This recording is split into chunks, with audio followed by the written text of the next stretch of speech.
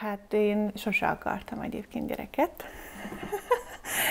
Az esküvőben a kisebbik öcsém el is mondta, akkor már 12 hetes terhes voltam, amikor a lagzit tartottuk, hogy nézd magadra, itt vagy fehér ruhába, terhesen,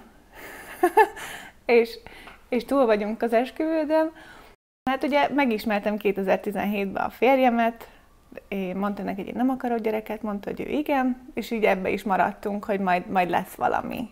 És aztán lett egy barátunknak, egy közös barátainknak egy kisfia, és ahogy bánt azzal a kisgyerekkel, hogy milyen szeretettel fordult felé, az nekem is megindította a tejemet, és akkor úgy döntöttünk, hogy jó, akkor legyen nekünk is egy kisbabánk.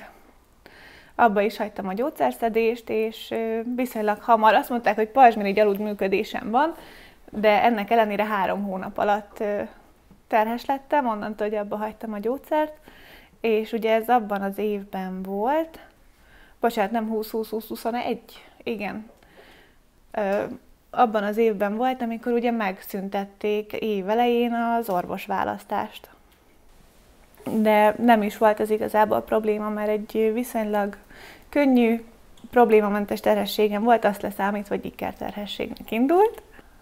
Ugye 6 hetes voltam, amikor voltunk az első útrangon, és akkor mondták, hogy 2 baba van, de ne éljen bele magam, jöjjek vissza egy hét múlva, mert amúgy sincs szívhang még.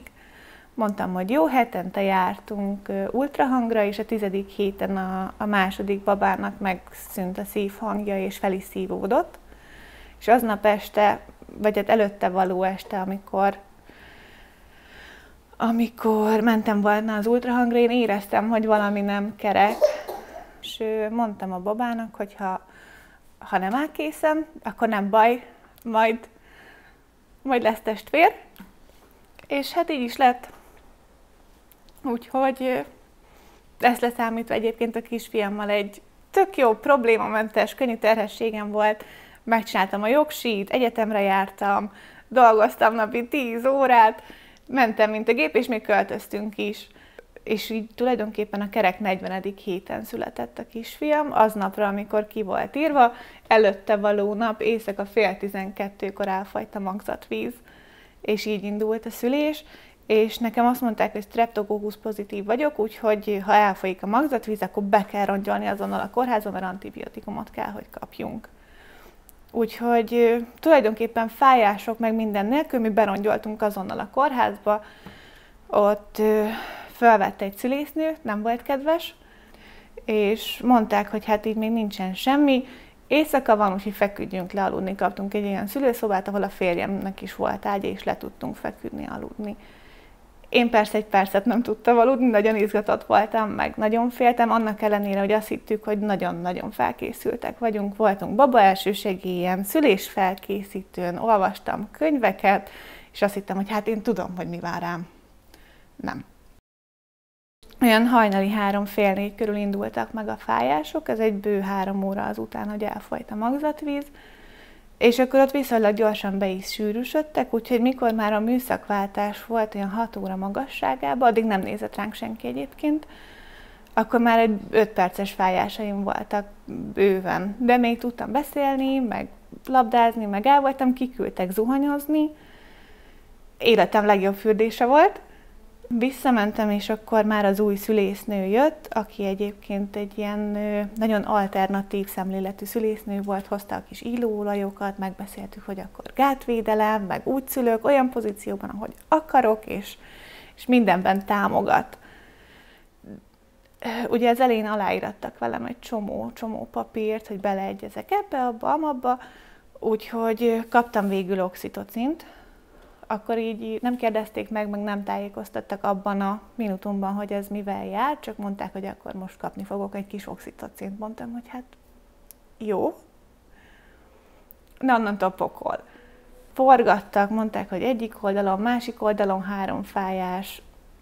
Nem bírtam, térdelve se, magamtól feküdtem végül a hátamra, hogy csak így elviselhető, de nem nagyon emlékszem egyébként sok mindenre, mert kb. Percenként voltak 1 perces fájásaim. Kaptam gázt, attól még rosszabb volt. Innen a szenvedés 11-ig tartott, akkor mondtam, hogy jó, én itt befejeztem, nem megy tovább, meg fogok halni. mondták, hogy de anyuka, még 1 óra, kint lesz ez a baba. Szenvedtünk még 2, de nem illeszkedett be jól a kisfiam, úgyhogy hiába voltak tolófájásai, meg tűnt el a mészáj, meg volt minden rendben, nem tudott kijönni. Nagyon sokan lettek a szobába, megvizsgált a főorvos úr, és akkor mondta, hogy hát ez a gyerek ez nem jön ki, úgyhogy akkor császár. És őszintén azt mondom, hogy felélegeztem, hogy ez az, vége a szenvedéseimnek, akkor menjünk császárra, és amúgy nagyon hálás voltam érte, hogy megcsászároznak, és nem kikönyöklik belőlem a gyereket. És akkor hirtelen így ki is ment az nagyon sok ember a szobából, és emlékszem, hogy felültem az ágyon, és üvöltöttem, hogy hol lett mindenki, hol a fájdalomcsillapítom, elég volt, menni akarok.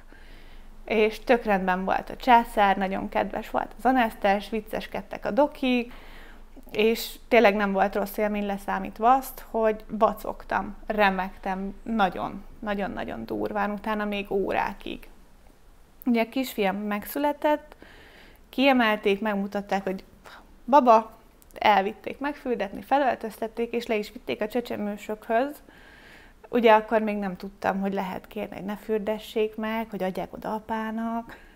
Sok mindent nem tudtunk, pedig hát azt hittük, hogy mennyire nagyon felkészültek vagyunk, de nem voltunk.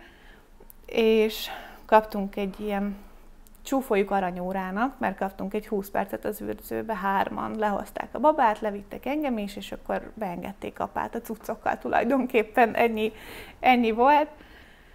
Apát kiküldték, a gyereket elvitték, és akkor mondták, hogy aludjak. Mondtam, hogy jó.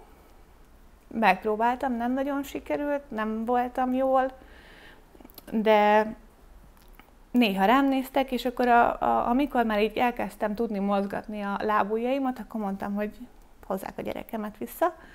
Úgyhogy meg is kaptam az őrzőbe az utolsó 2 órára a babát, de nem segítettek volna, így rám rakták, azt kimentek. De igazából szerencsém volt, mert a kisfiam feküdt, mint egy kis krumpli, és ott el volt magának, addig, ameddig nem jöttek, hogy akkor engem fölállítanak, akkor elvitték megint. És a felállás rendben volt, nem ment nehezen, nagyon rendes volt a nővér is, aki segített, áttámogattak a szobába, visszahozták a gyereket, aki már addigra ordított, mint a sakál. És megpróbáltam megetetni, nem sikerült. Akkor ugye a folyosó legutolsó szobájában voltam, a másik végén a folyosónak meg voltak a csecsemős nővérek a szobájukban. Ez egy olyan, nem akarok túlozni, de legalább egy olyan jó 150-200 méter van a 2 között. És akkor én összeszedtem magam kb. 7 órás császárosan, hogy akkor én kitolom a gyereket, hogy valaki segítsen, hadd etessen meg. Kimentem, mondták, hogy jó, mindjárt jön valaki, menjek vissza a szobába. Mondtam, hogy oké. A gyerek ordított tovább, eltelt 1,5 óra, nem jött senki. Akkor kimentem még egyszer, hogy ugyan léci, segítsetek már, a gyerek ordít, mint a sakál, és mindenki másnak alszik a gyerekkel, meg a többiek is szeretnének aludni, úgyhogy léci. Jó, mindjárt jön valaki, menjek vissza a szobába. Eltelt újabb 1,5 óra, felszedtem magam, megint elindultam, és akkor mondta, hogy jó, mindjárt jön, csak most már hagyjam őket békén. És akkor be is jött egy pár perccel azután, hogy visszaértünk a szobába, közölte, hogy anyuka, ha ennyire nem bírja a sírást, akkor aludjon, és elvitte a gyerekem. Én meg már annyira ki voltam merülve, mind fizikálisan, mind mentálisan, hogy egyszerűen nem volt erőm küzdeni vele, és mondtam, hogy jó, akkor vigye. És akkor reggel visszahozták, gondolom megetették, de segítséget továbbra sem kaptam, hogy ezt hogy kéne kivitelezni, és hát nagyon sírt szegény. Próbálkoztam, szenvedtem, ki kellett cserélni a pelenkáját, erre azért emlékszem, mert jött a csecsemős nővér, hogy elviszi őket vizitre, és nagyon lekapott a 10 körmömről, hogy van ez a gyerek bepelenkázva. És én nem vagyok az a fajta ember, aki hagyja, hogy hátlépjen rajta, úgyhogy így mondtam neki, hogy ne haragudjon. Én értem, hogy ő pici babákkal foglalkozik, nekem ez az első gyerekem, soha senki nem mutatta meg, hogy hogyan kéne egy igazi csecsemőt, és nem egy játékbabát bepelenkázni. Úgyhogy egész nyugodtan kapja be a bokámat. És akkor így vissza is vett az arcába, és mondta, hogy nem mutatta meg nekem tegnap senki este, hogy hogyan kéne ellátni a gyereket. És mondtam, hogy nem. És ő onnantól nagyon-nagyon kedves volt velem végig, és az volt a szerencsém, hogy pénteken szültem, és ez a csecsemős nővér volt velünk egész hétvégén, én meg már hétfőn jöhettem haza. Természetesen ezután a szoptatás az nem ment. Akartam, hogy menjen eleinte, pedig amúgy idegenkedtem tőle, már egészen a terhesség alatt olyan furcsán éreztem magam a gondolattal, hogy nekem amúgy szoptatnom kell majd ezt a gyereket, de úgy voltam vele, hogy ez az elvárás, úgyhogy meg kell próbálni. És akartam is nagyon, és tök sokat segített a védőnünk, és nem sikerült egyébként visszahozni, meg kiderült, hogy a gyerek laktózérzékeny, 6 hetes korában, úgyhogy akkor így feltettem a kezem, hogy oké, vége a szenvedésnek, kap tápszert, attól még fogom tudni nagyon szeretni, hogy nem szoptatom. És én nagyon szerettem volna kiskorkülönbséget a gyerekeim között, úgyhogy a második az viszonylag hamar sikerült. 3 hónapot próbálkoztunk, mire terhes lettem, viszont ő egy sokkal nagyobb falat volt a terhesség szempontjából legalábbis, de most már tudtam a tapasztalataimból, hogy hol kell a jó információkat megszerezni, ahhoz, hogy egy szebb szülésünk legyen. Mert hogy nem volt egyébként rossz, nem éltem meg rosszul, de azért csak megcsászároztak, úgyhogy én nagyon szerettem volna megpróbálni természetesen szülni, és ahhoz kerestem egy dúlát, aki többször segített anyáknak vibekben. Múltak a hetek, a 35. héten még mindig nem jó irányba állt a lányom, úgyhogy én egy hónapon keresztül minden este 10 percet feküdtem a ágyra támasztott fejjel lefelé a vasalódeszkán. Azt tanultuk, hogy az segít. Nem fordult meg, úgyhogy a 37. héten azt mondta a kezelőorvosom, hogy be kéne menni a kórházba, kérni egy vérvizsgálatot, meg egy időpontot programcsászára. Nem voltam boldog az ötlettől, de mondta a doki, hogy nincsen semmi baj, ne aggódjak, mert az utolsó pillanatban is, mielőtt megcsászároznak, fognak csinálni egy ultrahangot, és ha megfordul, akkor hagynak. És hát nem fordult meg. És ezt már tudtam, ugye azon a héten, szerdán császároztak, előtte való héten én elkezdtem intézkedni, mert nem akartam, hogy még egyszer elvigyék a gyereket úgy, hogy ne segítsenek, hogy olyan körülményeink legyenek, mint a nagyobbik gyerekemmel. Úgyhogy először kísírtam a főnővértől, a csecsemősöknél, hogy saját szobám legyen. Ugye van ilyen alapítványi szoba, azért fizetni kell, de hogy én az őrzőbe se akarok menni, én viszem a dúlámat magammal az őrzőbe, a gyerek meg jön velem, nem viszik sehova. Az elsőre értőfülekre találtam, és azt mondták, hogy jó, legyen, jöhet a dúla. És kapunk saját szobát, és akkor nem szeparálják a gyereket. És akkor ezen felbúzdulva mondtam a dokinak az utolsó CTG-men, hogy én szeretnénk egy olyat, hogy megindítsák a szülést a császár előtt. És kiröhögött, hogy miért akarok szenvedni. Mondtam neki, hogy én ezt úgy tudom, hogy ennek az a neve, hogy gyengéd császármetszés, kapok oxitocint, a szülést beindítják, és úgy emelik ki a babát. És akkor így megmondta a vállát, hogy ha én akarok szenvedni, hát ő nem bánja.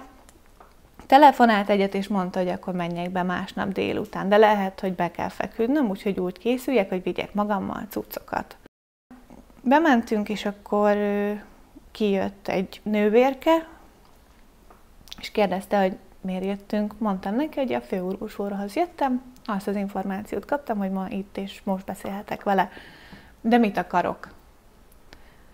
Mondtam neki, hogy a főorvos úrral beszélni. Jó, hát ő addig nem fog beengedni, amíg nem mondom el, hogy mi bajom van. Mondtam neki, hogy jó, szülésindítást akarok, azért vagyok itt programcsászár előtt. Hát ilyet nem fognak, úgyhogy menjek haza. Mondtam neki, hogy jó, örülök neki, hogy neki is van véleménye, viszont nem hatásköre, úgyhogy szeretnék a főorvosról beszélni, legyen szíves beengedni hozzá. És persze felhúzta magát, de végül bejutottam. és elmondtam a főgurús úrnak, hogy mi az én elképzelésem, szeretnék oxitocint, meg nem tudom, és hogy tök jó lenne, ha ezt így engedni. És azt mondta a doki, hogy felőle, és elkezdett már nem hozzám beszélni, hanem a kis másik doktornőhöz, mert egyébként ez egy ilyen oktató jellegű kórház, vagy hát most nagyon sok volt a fiatal doki, és jó, akkor megcserélik a második császárost velem, és akkor én kapok addig oxitocint, ameddig a második anyát megműtik. Nem kellett bent aludnom, hazamehettem, tök szuper, reggel 7-re becsattogtunk, és a szülésznő az úgy várt, hogy maga az, akinek óhajai vannak. Igen, üdvözlöm, én vagyok. Nagyon mufurcnak tűnt eleinte egyébként a szülésznő, ilyen félváról válaszolgatott nekem, meg nem tudom, de aztán így lehet, hogy nem vagyok teljesen idióta, és úgy felengedett, vagy nem is tudom. A legjobb az egész, hogy egyébként nekem éjszaka megindultak a fájásaim, függetlenül attól, hogy kaptam-e volna oxitocint, vagy sem. És végül nem jött el a másik nő a császármetszésére, aki lett volna előttem, úgyhogy bejöttek egy bő fél óra, 3 óra után, hogy bekötötték az oxitocint, hogy akarok-e még várni, és akkor nem tudjuk, hogy mikor kerülök sorra, vagy pedig mehetünk-e most. De hogy nyugodtan várhatunk, hogyha én szeretnék, akkor nem presszorálnak semmit, ahogy én szeretném, úgy lesz. És mondtam, hogy hát azért ezt nem merem bevállalni, hogyha kapom az oxitocint, és ki tudja, mikor kerülök sorra, hogy esetleg farosan megindul, császármetszés után, attól féltem, hogy esetleg szétválik a heg, vagy nem tudom. Úgyhogy mondtam, hogy jó, hát akkor menjünk a műtétre, és akkor bejött hozzám az anesztes, bejött hozzám a doki, aki műteni fog, mindenki bemutatkozott, elmondta, hogy mi lesz a folyamat. Bevittek, megműtöttek, megkaptam a lányomat mellkasra, megmutogatták, ott lehetett velem egy 5 percig, aztán kivitték apának a szülőszobára. Nem fürdették meg egyáltalán a kórházi tartózkodásaink alatt. Engem összefoltoztak, és utána ugye levittek ebbe az egyszemélyes szobába. Apa bent volt velünk kicsit több mint 2 órát. Ugye most már szoptatni tudtam, úgyhogy az nem volt végül is akkora nehézség, mint először. Amikor a férjem úgy érezte, hogy most már azért menne haza a nagyobbikhoz, akkor cseréltek a dúlával, és bent volt velem egészen a felállításig a dúla, és segített, elvette a babát, hogyha le kellett tenni, adott inni, meg nem tudom. Így a gyermekágyas ott létünk is egyébként egy sokkal jobb élmény volt, és tulajdonképpen leszámítva a vizsgálatokat, a gyereket nem vitték el tőlem. Összesen 1,5 órát voltunk külön a gyermekágyas időszak alatt bent a kórházban. Záró gondolatként talán annyit mondanék, hogy ha az ember azt hiszi, hogy felkészült, akkor sem biztos, hogy mindig felkészült, vagy olyan forrásból készült föl, amiből kellett volna. De biztos vagyok benne, hogy ha az ember kinyitja a száját, és nem hagyja magát eltaposni, akkor lehet egy nagyon, nagyon szép programcsászára szülési élménye is. Ami egyébként nagyon gyógyító élmény volt. Az, hogy együtt lehetünk a gyerekkel majdnem végig. És a 2 gyereknek a különbségét látom azt, hogy ő egy nyugodt, kiegyensúlyozott baba, még a fiam a mai napig egy kis matrica. És nyilván sok minden számít, a temperamentuma, meg mit tudom én, de majdnem biztos vagyok benne, hogy az, hogy neki milyen volt az élete első 2-3 napja, az annyira meghatározta azt, hogy hogyan és miként szerzi meg magának a figyelmet. Ő valahogy azt érzi, hogy neki küzdenie kell a figyelemért, még a kicsi tudja, hogy jár neki.